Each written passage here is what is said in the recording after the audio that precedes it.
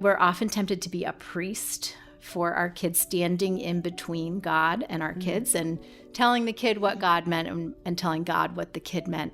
And she said, no, we should get out of the way and turn them over to God as soon as possible, because that way, when the kid, as a natural part of growing up, rejects their parents' values, they won't reject God because God is theirs.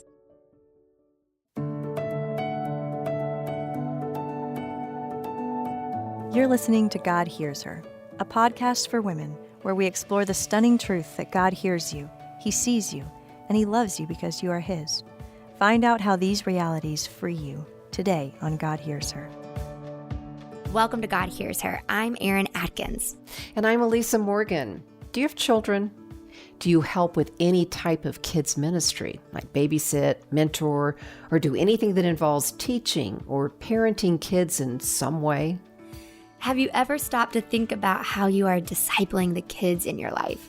We may fear teaching our kids about Jesus because we may think we're not equipped or we don't have time or the energy. But today's guest has some important information that will help us all learn how to disciple our children.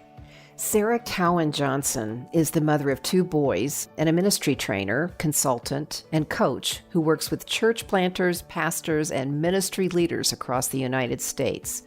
She recently discovered a shocking statistic that has led her to equip people in helping their children grow a relationship with Christ. Let's learn more about how Sarah stepped into this role after years of working in ministry. Join us for this conversation on God Hears Her. Since I left the sort of role of pastor, I have been moving into a space where I work for myself. I'm a consultant and I work with a lot of different people, and I kind of come in and consult and then step out. So for me, some things that I have learned, I think there's something, and this is just to be really vulnerable, I guess. There's something when I was in a system where I was very competitive with my colleagues and looking across at my male counterparts and noticing how they're received in a certain space or how I'm received. I mean, there was always a perception that I must be somebody's wife or something like that, right? So there's a lot. I think when I'm on my own, I'm not comparing myself to other people. So I think there's something for me about the confidence that comes with differentiating myself a little bit. And then the other thing that's been interesting is I'm doing, the book that I wrote and a lot of the leadership that I'm doing right now is to equip parents. So I am talking with a lot of moms. I talk with dads too, but I do get a lot of chance to get in the trenches with moms. And I think that those conversations when we talk about parenting, they can be fraught, and people make all kinds of different choices, right? Do we stay home? Do we work? And I always remind people, like, I wrote a discipleship book, not a parenting book. So I'm trying to bridge all the different choices that we have as women to get at the essence of the calling that we all have to raise children to know Jesus. But yeah, it's been interesting to be in that space and to work with moms of all different stripes. What's the difference between discipling your children versus parenting your children? I love that differentiation. Yeah. Thank you, Sarah. Yeah. What I mean when I say that is, for example, I'm not giving tips on how to discipline your kids. I'm not going to weigh in on whether you should stay home or work. I'm not, people often want to talk about like school decisions, public school, private school, Christian school, homeschool. We do public school. I'm not going to advocate that that's a choice that everybody makes, right? Those are not the decisions that I'm weighing in on in my professional work with parents. What I care about is, regardless of any of those things, how are we helping our kids to know and follow Jesus, and how can I help you to do that well?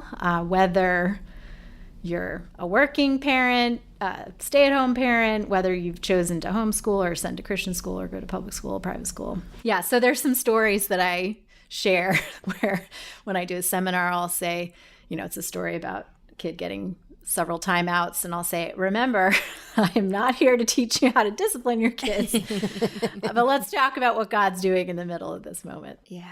It's such a neat path that you describe, and thanks for sharing your life transitions here. You know, the quote insecurities, struggles of being in the pastoral ministry, and then the competitive things that were bubbling up there. And I can hear great freedom in how God has given you a new street path to walk in where it's just you bringing you. How did you get passionate about the discipleship of children uniquely, where you were in the context of discipling more adults and leaders? I was serving as the executive pastor in this church plant, and in a church plant, that role looks different than it would probably in a big established church. But the broad strokes of it were to develop the people and the systems needed for growth. And while I was on staff there, we planted 2 more congregations. So it was like a constantly changing, moving system. So developing people and structures. And we did not have a children's ministry person at the time.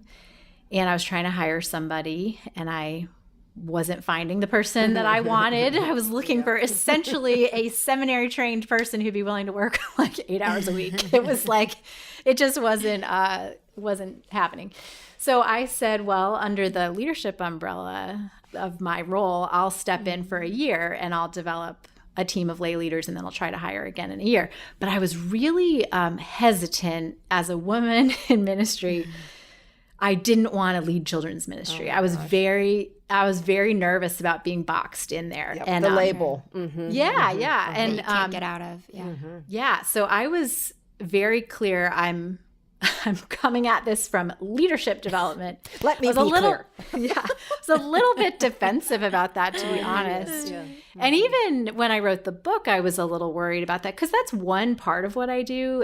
I do, what I'm doing for our denomination is around church planter training and discipleship resources. So I have always sort of felt in me a little defensiveness, but here's why I care about this so much, and here's why that doesn't bother me as much, because I pushed through it. Yeah. So when I was on staff and I started to work with this team, I had no background in children's ministry. I had college ministry experience. So I just started reading. And I read Sticky Faith, which is a great book. And that's the first time I heard that statistic that 50% of our kids in our churches that are actively involved are walking away from their faith after they graduate. And I just couldn't believe it. I had never heard it before. I had 2 little kids at the time, and I was like, how are we okay with this? This is terrible. So, and I think it explained my experience in college ministry, because we had often had the experience of setting out a sign-up sheet in an activities fair, and we get all these youth group kids who come and are like, oh, I was part of a church. They sign up, and then they disappear. And so I knew, like, now that I thought about it, oh, yeah, I've seen those 50% walk away. But I could not believe this was sort of normal. So my little competitive side kind of came out, and I was like, we're going to beat this at our church. So I think a lot of women and moms have the very same response you do.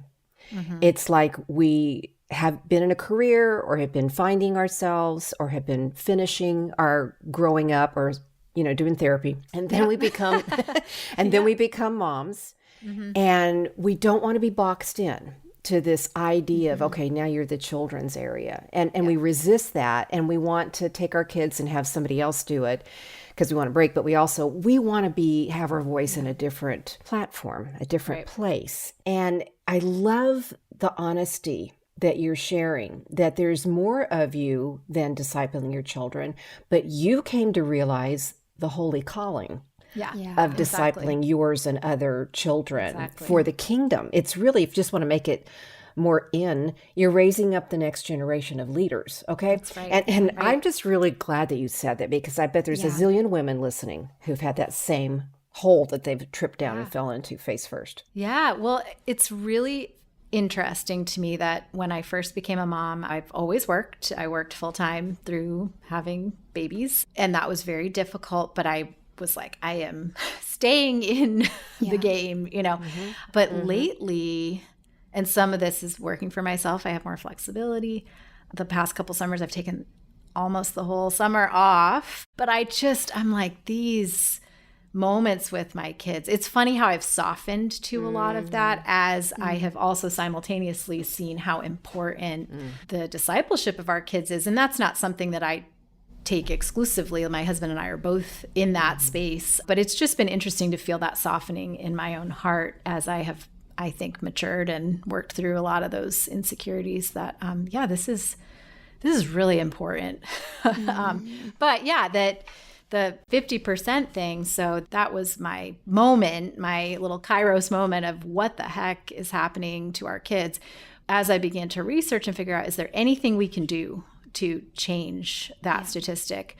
The thing that I landed on was this research that says that, yes, there's one thing that makes a difference, and it's not church programming. It's not hiring the staff person I was looking for. It's none of that. It's parents who talk about and practice their faith at home. And the statistics show that 82% of kids whose parents do that go on to follow Jesus as adults. So to me, yeah. So you hold up 50% on one hand and 82% on the other. And so again, as a pastor at the time, I was like, okay, we can keep putting all of our energy into our Sunday morning programming, or we can divert some of that energy towards equipping and empowering parents. Right. And that's what I started doing. And so I started doing trainings that then I started doing locally for other churches. And then that grew into this book and ministry that I'm doing now. Because churches, they have only 52, is it like 52 opportunities to influence a child? Yeah, if you think about once a week, if perfect if they're attendance. there every week, right. The average is 40. Wow. Yeah. The average. 40 days out of an entire year. Yeah. Yeah, I think a lot of parents outsource discipleship to the church. That's right. Because they're tired, like I said, but maybe because they feel inadequate, So what does it really mean? I mean, you're saying practice and, talk about your faith at home. Yep. What does that look like, and how do you do that? Well, the thing that I have started to zero in on, so parents always say two things when I say what keeps you from doing that, right? There's a lot of reasons that keep us from doing that. But Devices. The two things, right? Yes. The two things that come up over and over and over again. One is time. When am I going to do that in addition to getting everybody everywhere they need to go every second of the day. And then the other thing is just a sense of like, what do I do? Like, what does exactly the question you're asking, what does that look like? So what I try to focus on is two things. One is helping parents respond to what I call God moments, be able to kind of disciple on the fly as they're aware that God is trying to get their kids' attention in some way. And I can talk a little bit more about that if you'd like. The other one is being proactive in kind of taking the initiative to say, I'm going to disciple my kids today, but with simple spiritual practices that take 3 to 5 minutes that you kind of can stack on top of other routines. So for example, as you are shuttling them to soccer practice, can you do a little, something called a God hunt, which is where did you see God today? Or as you're sitting at the dinner table, can you do a little devotional practice? Or as you're bathing your toddler, can you do these things? So I think those are the two things I focus on is kind of responding to these moments that come at us where we're aware there's some spiritual activity happening. And then these simple spiritual practices that I use a framework to help parents think about the age and stage of their kids, what discipleship looks like what are we actually aiming at, those kind of things. But the goal is not to add hours and hours to your life or have to have a seminary degree to do any of this. It should be simple and actually very much like Deuteronomy 6. That's the biblical inspiration that the story that inspires me is that this is what God did with the Israelites as they're getting ready to go into the promised land. And there's this danger that they might forget God. What he does is he says, okay, we need to teach the kids. And who's going to do that? It's parents who are going to do that in the midst of everyday life as you go to bed and as you wake up and as you walk along the road and as you sit at home. I loved some of those practical applications that we can apply. What encouragement, maybe some advice would you give a woman that wants to disciple her children and she receives pushback Maybe the child doesn't even want to talk about God today. Oh my gosh, mom, quit over spiritualizing everything. Everything is not God. And you're like, everything is God. And they're like, no, it's not. Like, I know. Because that, Keeping I will it tell real. you, Yep. as somebody who is a bonus mom to 3 girls, 6, 12, and 14, Yep. there is this pushback that you get that can affect, one, your confidence. Yep. And then you're like scared to talk about it again. Yes. Kind of share some just real tangible things that we can take away with and knowing who we are, even when we continue to do it. All of the things. Yeah. So I think one thing that's really important to know, so kids go through stages of spiritual development, just like they go through stages of emotional development, social development, all the things. So it's really helpful to know the age and stage of your kid and what is normal spiritually for them. So for the 12 and up crowd, the primary way that they engage their faith is by questioning and by, it looks like rejection even sometimes. And a lot of parents and churches experience that stage as threatening, right? So this is, the kid who wants to either push back, rip something apart, say, I don't get this. It doesn't make sense. Deconstruct would be a word that's used today a lot. Absolutely. So all of that can feel very threatening. And I think a lot of times with a certain lens on that, we can assume these questions, this pushback, this stab at independence here, that this is a threat to adult faith, when actually it's more of a threat to adult faith if we shut that down and don't allow that. So actually, kids who kind of spiritual development stops at the stage before that, which is in their middle years, it's called the affiliative stage. This is a model by John Westerhoff. Their primary motive of engaging faith is through the community. So the way kids in that like middle 7 to 11, the way they think about faith is, I believe because we believe. And so if that's where their faith development stops, they're going to have a really hard time figuring out how to follow Jesus apart from the family or the church. So in those teenage years when it can feel like everything is a battle sometimes, right? I think it's helpful to remember that actually some of that, not everything is spiritual.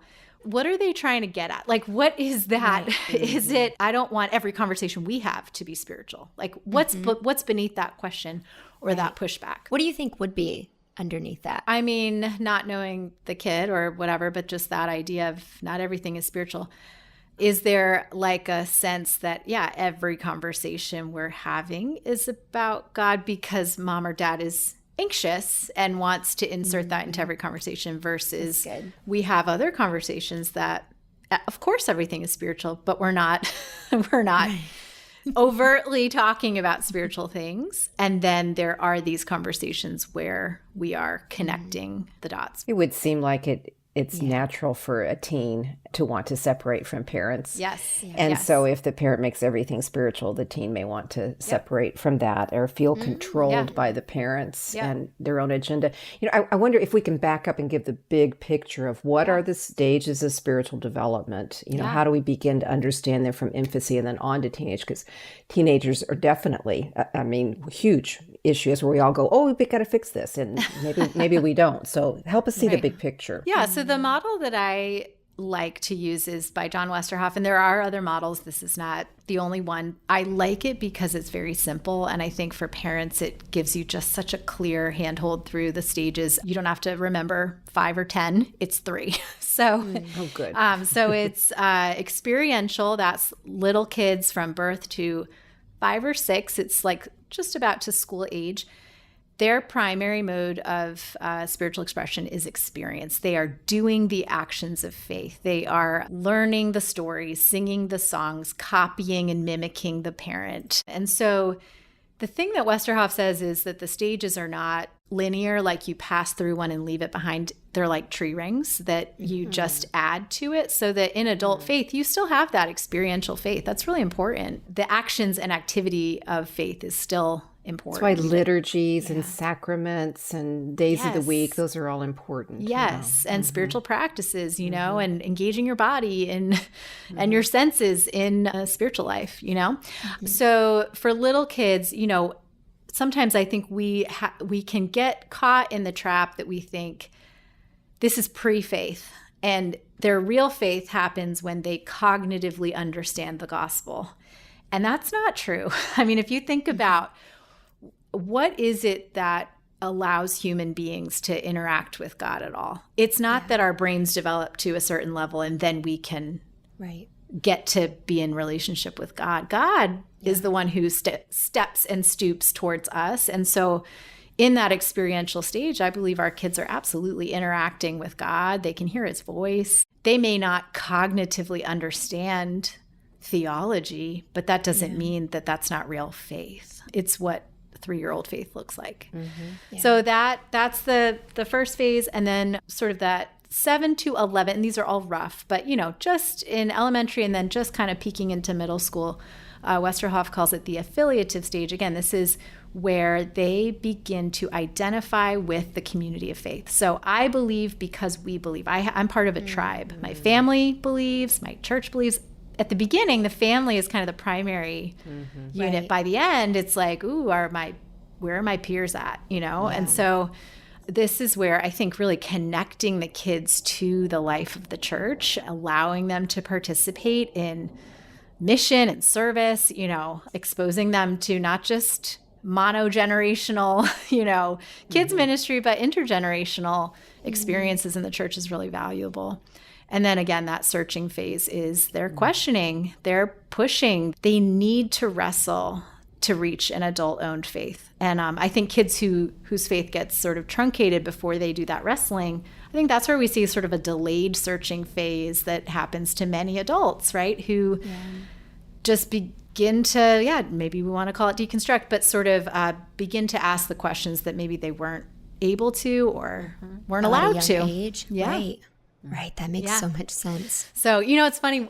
You had said, that it's natural for the teen to kind of push away from their parents. So this is something that I talk about every time I talk about this. But so my mom, who is the book is dedicated to, and she was my inspiration for this book in many ways. She had this incredible ministry. She touched hundreds of people's lives just by being herself. She was not a flashy, platformed leader. She was just a very consistent, faithful person. Anyway, she, in her last years of life, she had a degenerative neurological disease called multiple system atrophy that took everything. It took her mobility and it took her speech. She couldn't communicate. Her mind stayed like totally intact to the end, but she couldn't talk, she couldn't type. Wow. But we had, in the last 2 years of her life, we had been given an eye gaze device. It's like an iPad that can track your retinal movement. And when she found out that, so it was difficult for her to use. So she didn't use it for like everyday communication, but she would send us emails for like important things. Anyway. Oh, and you knew she worked hard at those. Yeah. Oh, yes. It was a labor of love. But when she found out I was writing this book, she typed with her eyes an email congratulating me. And I wrote her back and I said, she had said in that first email, she said, I always wanted to write a book, but I had nothing to say. And we were like, Mom, you could have written 100 books. So I wrote her back and I said, Mom, what's the one thing you would say to parents who want to disciple their kids? And she said this, and it's like the thing that I'd see if I can recite it from memory, but she said, I would say to parents who want to disciple their kids that we're often tempted to be a priest for our kids, standing in between God and our kids and telling the kid what God meant and telling God what the kid meant. And she said, no, we should get out of the way and turn them over to God as soon as possible, because that way, when the kid, as a natural part of growing up, rejects their parents' values, they won't reject God because God is theirs. So she typed this with her eyes. I mean, this is the quote that in every seminar that I do, this is the money take-home thing. Yeah. And I did not know that was the last email that she ever sent. But anyway, that idea that, yes, our kids will push away from us, but the goal is we want to connect them as early as we can to God directly one-to-one and not make it a triangle so that when they do push away from us, they still are connected to God. I love that so much. good Can word. you give an example of how we might do that? Yeah, Maybe yeah. a time you've seen it happen. One of the things I think, starting with little kids, I think we need to teach our children how to hear God's voice. So this is a practice that I do with little kids, I do with adults, but it's the practice of imaginative prayer. And this is something I think can really help change our expectations of what does it mean to hear God's voice. So a lot of times, even adults, we don't know, like, are we expecting an audible voice? How does God speak to us? This is a question that adults have, but bet. certainly kids would want to know, like, what does it mean that God can talk to me? And so I think rather than sort of opening up just silence, which God could speak to a child in silence, I'm not saying he couldn't, but I think this practice gives all ages sort of a handhold a little bit here. So this is the idea that the Holy Spirit could inspire our imaginations. And so we would invite a child to close their eyes and picture taking a walk with Jesus somewhere that they like. So maybe it's the woods, or maybe it's the beach, or maybe just sitting on their bed with them. And then inviting the Holy Spirit to speak. So, Jesus, is there anything you want to say as you're going on a walk? I mean, to give you a really specific example, one of the first times that we did this with our youngest son, Silas, he was 4, and he'd had it. This is the timeout thing I was talking about earlier. He'd had this dinner time where it just was like terrible behavior, and he had 4 timeouts in a row. And you know, it's just at the end of every timeout, we always do this little thing where he says he's sorry, you know, and I love you and I forgive you. So anyway, he's back at the table. I love you and I forgive you. But he just is miserable. And I asked him what's wrong. And he said, my heart feels yucky. So that was a moment like that God moment idea that I'm talking about. Like, that's a moment where I think God's doing something, right? He's convicting. There's something going on spiritually in that my heart feels yucky. So I had him do this little exercise right at the dinner table. Just close your eyes. Let's talk to Jesus about your yucky heart. And so we're quiet, you know, picture Jesus, take a walk with him, and let's talk to him about your yucky heart. And we asked him, you know, after a couple, not even a minute, right? Just a little bit of time. Is Jesus doing anything, or is he saying anything as you're walking with him? And he said, yeah, he's taking my yucky heart and he's giving me a new one.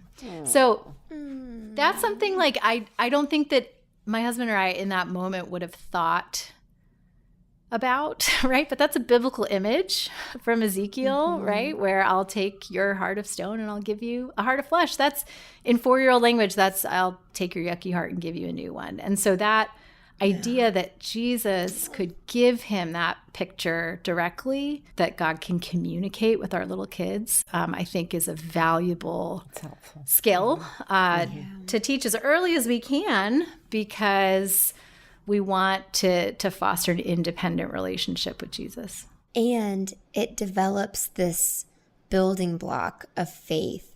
That's right. That the Lord is doing his work. And silence doesn't mean stillness in the hearts of our children. That's right. Amen. And we can remove ourselves from the in-between of translating what God is doing and trusting that God is doing. Yeah, I think it's helpful to remember that God knows our kids better than we do. He loves our kids more than we do. He wants relationship with them more than we want them to know Jesus. Yeah. And, you know, he's at work. So I think a lot of times when we talk about discipleship, parents get all anxious, or they feel, you know, that 82% statistic can feel weighty. It can feel like, oh no, do I also have the ability to screw it up?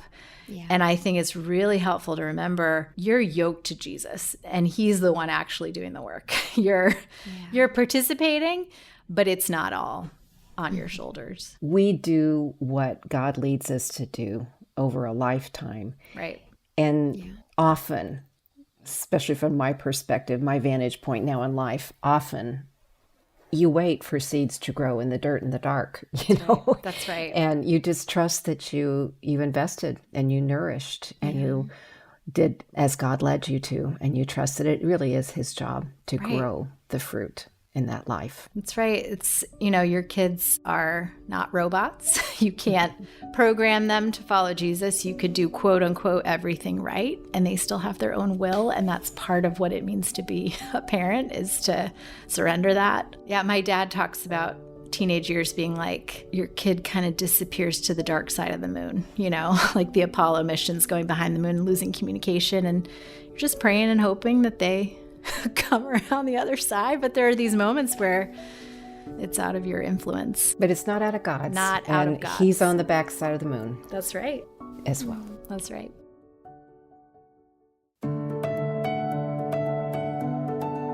God is with our children, always, even when we feel distant from them.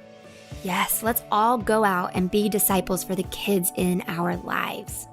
Well, before we go, be sure to check out our website to find a link for Sarah's book, Teach Your Children Well. You can find that link and a link to join our email list on our website at godhearsher.org.